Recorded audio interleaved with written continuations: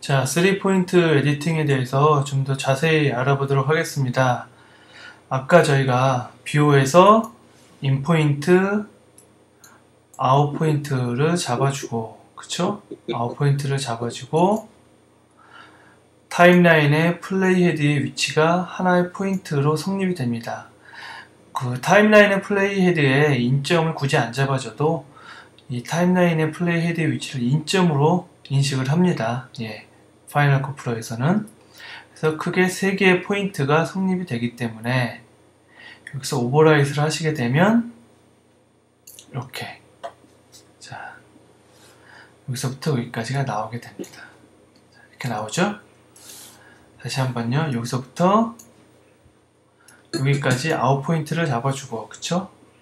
그 뷰어의 어떤 구간을 여기서 인포인트를 잡아주거나 그냥 놔두셔도 인포인트로 성립이 되기 때문에 오버라이트를 캔버스상에서 해주시면 이렇게 이 구간에 이렇게 나오게 됩니다.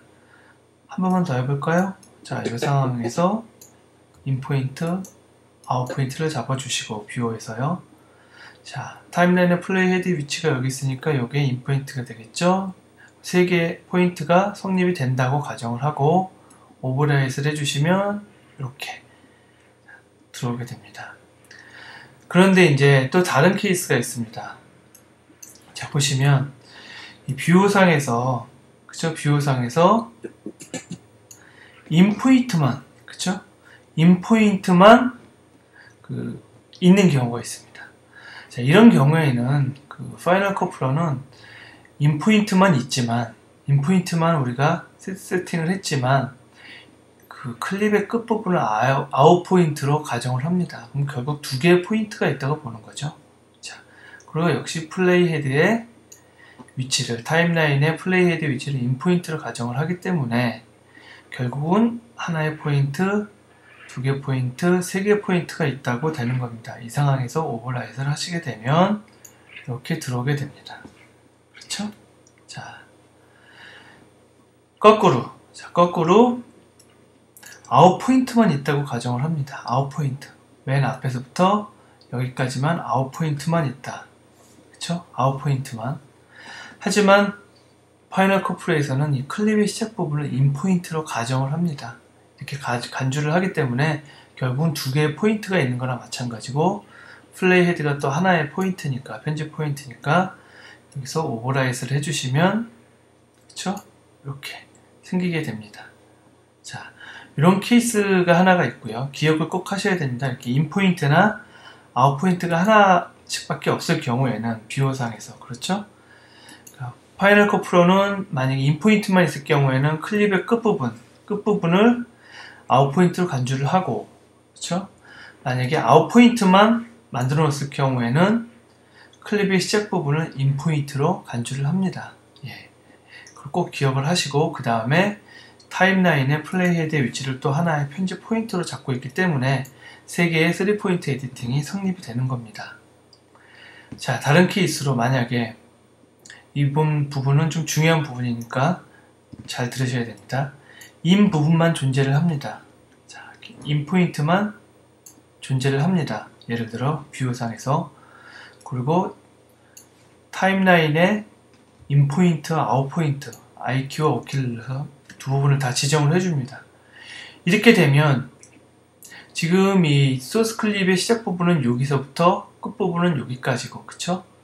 타임라인상에 인서트 하거나 아니면 그 삽입할 부분은 또 오버라이트 할 부분은 이 부분에서 이 부분까지 되어 있는데, 일단은 길이가 위가 더 길어 보입니다. 길이가 밑이 더 짧습니다. 그러면 잘리겠죠, 앞이나 뒤가. 근데 어떤 기준으로 잘리느냐, 자, 이것이 중요한데요. 자, 이렇게 뷰어상에서 인포인트만 존재하고 타임라인 등에서 인포인트, 아웃포인트가 존재하게 되면 이 상황에서 오버라이트를 하게 되면, 그쵸? 이렇게 들어가게 되는데, 그쵸? 타임라인상에서 들어가게 되는데, 인포인트만 지정되어 있을 경우는 이 인포인트와 뷰어상의 소스 클립의 인포인트와 아까 시작했던 요 위치가 요 정도 되겠죠? 이 부분에 인포인트를 기준으로 맞추기 때문에 결국은 타임라인 기준으로 뒷부분이 잘리게 됩니다. 다시 한번요.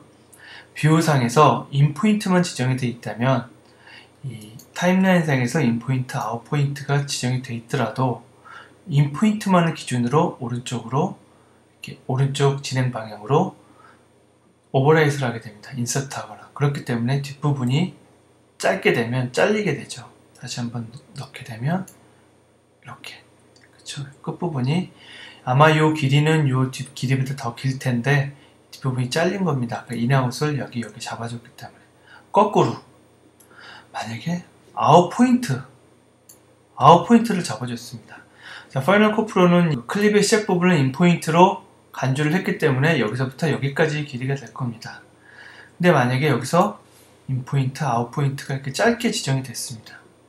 그리고 여기서 오버라이트를 하게 되면 이 구간으로요. 오버라이트를 하게 되면 이번에는 아웃포인트만 잡아놨기 때문에 아웃포인트, 타임라인상의 아웃포인트를 기준으로 좌측 방향의 흐름으로 정렬이 됩니다. 그럼 결국 앞쪽이 짧지 않습니까? 여기는 이만큼이 긴데요. 앞이 잘리게 되는 겁니다. 자, 여기서 오버라이트를 하게 되면 들어가지만, 그쵸? 지금 이 타임라인상의 끝부분이 이 부분입니다. 뷰어상의 끝부분도 이 부분인데 사실은 소스의 맨 앞부분은 이 부분입니다. 그쵸? 이렇게 시작이 돼야 되는데 지금 여기서부터 여기까지만 지정을 해놨기 때문에 이 길이만큼만 거꾸로 들어간 겁니다. 자, 다시 한번요. 뷰어상에서 아웃포인트를 지정했다면, 그쵸? 뷰어상에서 아웃포인트를 지정했다면 타임라인상에서 인포인트와 아웃포인트가 이렇게 지정이 되어 있을 때, 그쵸? 이 정렬의 기준은 아웃포인트가 됩니다. 이 끝부분, 현재 보이는 이 화면의 끝부분이 아웃포인트, 여기서부터 이렇게 이쪽 방향으로 오버라이트나 인서트가 되는 거죠. 그렇기 때문에 그 방향을, 뷰어상에서 인포인트, 아웃포인트 방향을 잘 보시고 타임라인상에서 인포인트, 아웃포인트를 지정해 주셔야 됩니다. 만약에 인포인트, 아웃포인트를 이렇게 타임라인상에서 다 지정을 해놓고, 그죠? 뷰어상에서도 뷰어상에서의 소스 클립의 인포인트, 아웃포인트를 이렇게 다 지정을 해놨어요.